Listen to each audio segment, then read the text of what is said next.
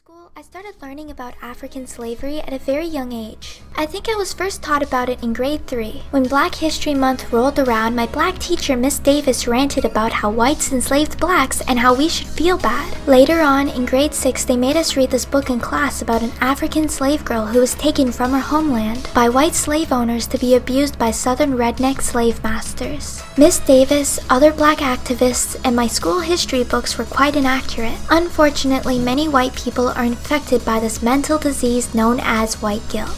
Many black activists and guilty whites outright deny that Africans sold their own people into slavery, even though there is a lot of undeniable evidence. In fact, Africans were enslaving each other for thousands of years, even before the US was formed, and many countries in Africa still practice slavery today. Tipu Tip was a world-famous black slave trader in Zanzibar. The Leo people captured other Africans in war and sold them into slavery. Barack Obama himself descended from the Leo people, by the way. There are in fact more Africans enslaved in Africa today than in all of US history. In the last decade, slavery in Sudan has made a comeback. Despite the suspension of the capture of Sudanese slaves as a result of the Comprehensive Peace Agreement of 2005, over 35,000 slaves remain in bondage in northern Sudan. According to the American Anti-Slavery Group, black Africans in southern Sudan have been abducted for centuries in the Arab slave trade. Government-armed Arab militias are known to kill the men and enslave the women and children as personal property, or to march them north to be auctioned and sold. In Mauritania, slavery persists even though the government repeatedly banned it.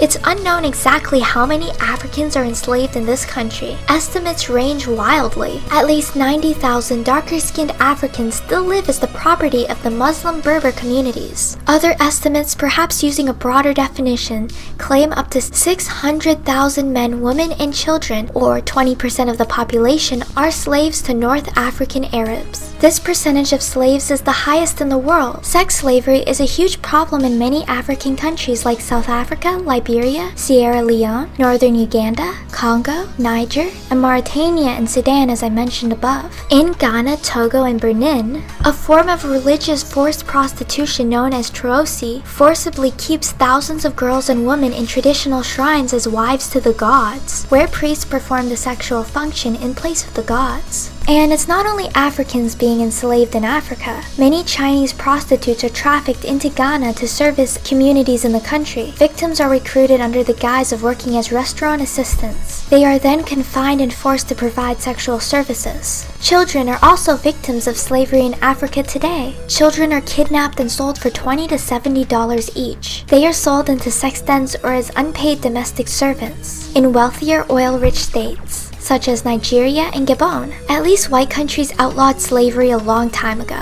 Slavery is still practiced in Africa today despite efforts to ban it, and it was practiced hundreds of years ago. The United Nations estimate that roughly 27 to 30 million people are enslaved today around the world. In 1990, the Human Rights Watch reported that routine slave punishments for the slightest fault include beatings, denial of food, and prolonged exposure to the sun with hands and feet tied together. Serious infringement of the master's rule were met with a variety of tortures, including insect treatment where tiny ants were stuffed into the victim's ears, which are sealed with rocks and bound with a scarf. Hands and feet are tied and the errant slave is left for days, after which the rights group reports he will do what is told. If you still don't believe me, I have sources in the description below.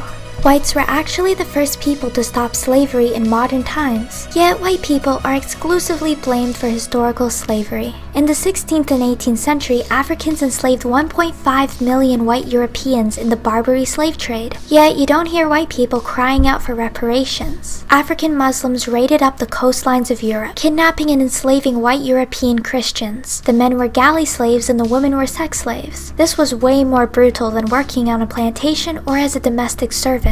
When I was younger, I would hear about whites literally going into Africa and rounding up the slaves, but that was not true at all. Nearly all modern historians agree that European slave traders always bought slaves from the African vendors at coastal markets. Europeans didn't even have to get off their ships to buy slaves. It was like going into the McDonald's drive-thru. Those slaves are already at the slave market in chains ready to go. We hear about the brutal Middle Passage across the Atlantic Ocean, but never hear about the estimated 10 million so indigenous Africans who perished while being marched to sea in chains and yokes by their African captors. Now let's talk about slavery in America. America. Of the 10 to 15 million Africans who were transplanted into the New World, no more than 6% or around 400,000 went to the Northern Hemisphere. Almost all of them went into South America.